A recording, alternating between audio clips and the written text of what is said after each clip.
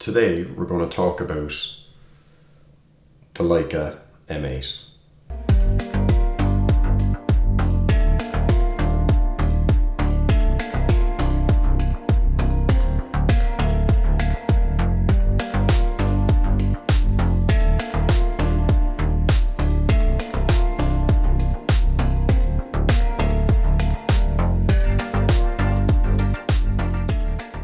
So today I thought would be a good chance to answer some of the questions and talk a little bit about this camera that I've been using in my videos. I get a lot of questions about this camera and the lenses as well I use.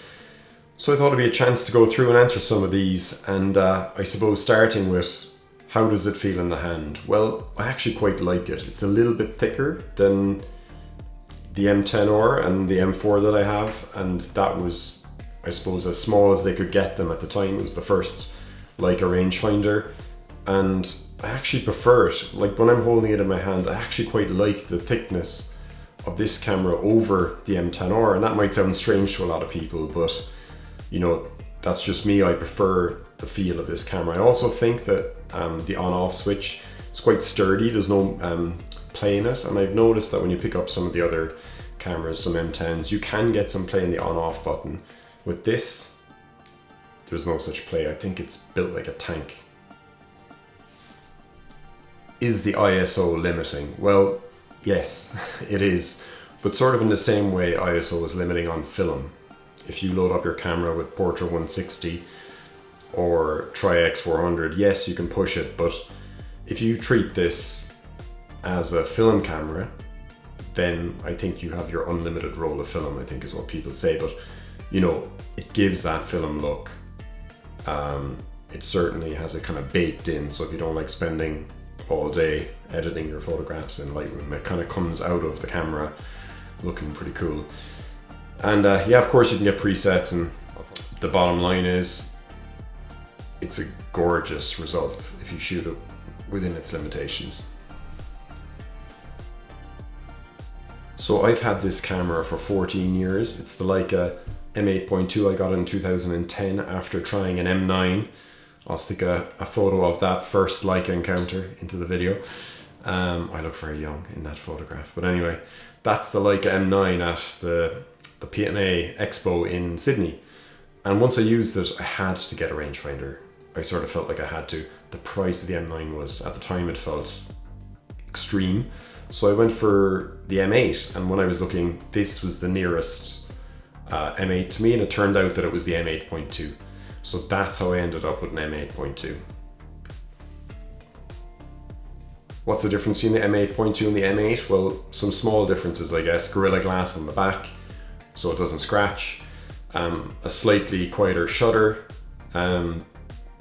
Is it quiet? No, it's not. If you're used to the M10R or the M10P or the M11P, you'll know that those shutters are extremely quiet. It's not like that, but it is quieter than the regular M8.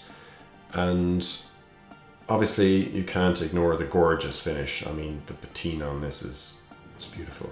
You know, it's a gorgeous camera. I love the black dot on the front, the Leica black dot. I think that it looks quite nice. Yes, I do sometimes now use an IR cut filter, but for about 12 years I didn't. I shot this as it was without the IR cut filter, even though it messes up greens. And as you know, I'm living in Ireland and we have a lot of green. And so it does make greens look a bit unusual. It gives them that kind of yellowy or burnt green look.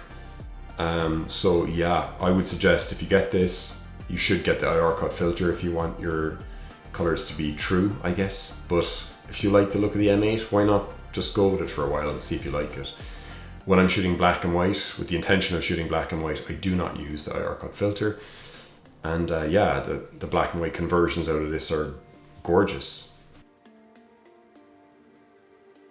I tend to leave this at 160 and I just shoot it within those limitations, and at 160 it's stunning. You know, it's one of the most gorgeous out of camera files you can get, in my opinion. Is the 10 megapixel sensor just not enough these days? Until I had the M10R, I used to think that 10 megapixels probably wasn't enough. you know, you're hearing the M9 has got 18 megapixels and the M240 is whatever it is, 25 or 24. And I used to think that, but I think there's something to be said for the quality of the 10 megapixels that's there. You know, I have comfortably up-res those files to be larger for prints, and the prints have been stunning. So I think that this prints much better than you would imagine for a 10 megapixel, and for online you don't need more than 10 megapixels in my opinion. And I'm saying that with an M10R next to me, which is obviously 40 megapixels, right? So yeah, does it make a difference? Not to me really, it doesn't. You know, I'm not doing wall size prints. Well, they're both gorgeous cameras. The M8.2 is a bit thicker, feels a little bit heavier in the hand at least. The M10R is a bit thinner with a kind of a thumb grip kind of built onto it, and yeah, you know, everything else is pretty identical. Obviously in the M10R we've got this ISO dial that's on the side here, and on the M8.2 we have this battery, I suppose, whatever, display, which is kind of utterly useless really. I don't even look at it. So, well, the back screen on the M8.2, really you'd only use it to see if you have you know, composed your shot correctly, that it has actually recorded it, and you can check the histogram to see if your exposure is right, but really it's a pretty poor screen, which is good. I never ever look at the back of the screen when I'm taking photographs with the M8.2, and yeah, I guess, do I need a screen? I'm not really pixel peeping on the back of the camera, and it has taught me to not do that on the M10R as well. So I think having used the M8.2 for 14 years, it has served me well moving across the M10R. I think the Rangefinder might be the perfect camera for some people, but of course there's a lot of amazing cameras out there right now, but it's about finding the camera that works for you. I used to shoot Canon SLRs, I used to do a lot of surf photography, I used to swim with my camera, so I had my Canon 7D in a water housing, and I used to swim and be getting barrel shots and underwater shots, and that's what I did. And I had long lenses, all L glass. I loved it at the time, but I sort of felt like I kind of grew out of it, and you know, the Leica Rangefinder for me became the perfect camera, and I love it, and it's with me all of the time, and I've used it for the last 15 years, 14 years, and yeah, so much so that when I got the M8.2, I shortly afterwards got this gorgeous M4,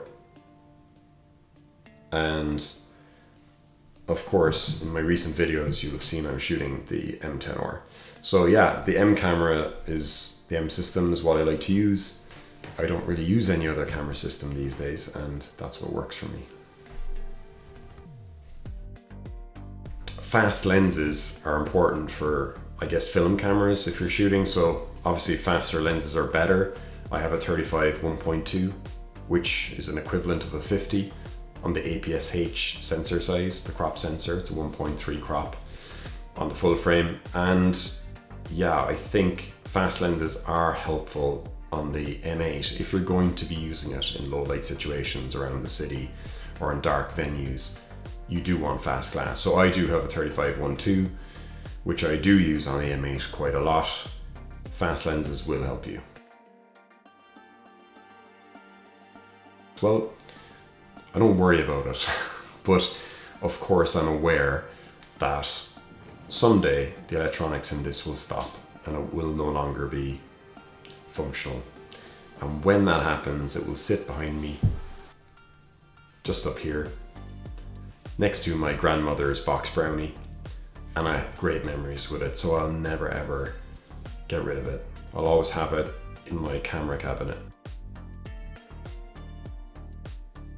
I had a shutter fail last year, and I feel like after getting that shutter replacement, which wasn't cheap, it was around 700 euros to get the full shutter replaced, that I think the electronics have been very sturdy with this. I've shot this in mist and light rain.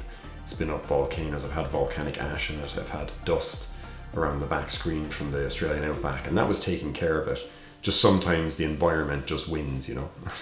And so you can't always keep your camera away from the elements, and this camera has been so robust. It's sort of crazy really to think that this is Leica's first attempt at, you know, a digital Leica rangefinder.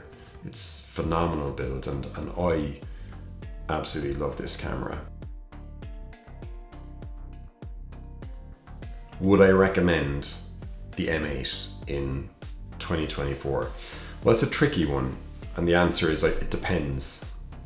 If you want to try a rangefinder system, and you can find one from a Leica dealer with a warranty on it that's had a CLA and a shutter check and the electronics have been checked, then I think, you know, it's worth the try. I think it's a good way into the Leica system. Of course, you're going to find out if there's any issues with it when you first get the camera, so you can give it the once over in that first 6 months and make sure you put it through its courses.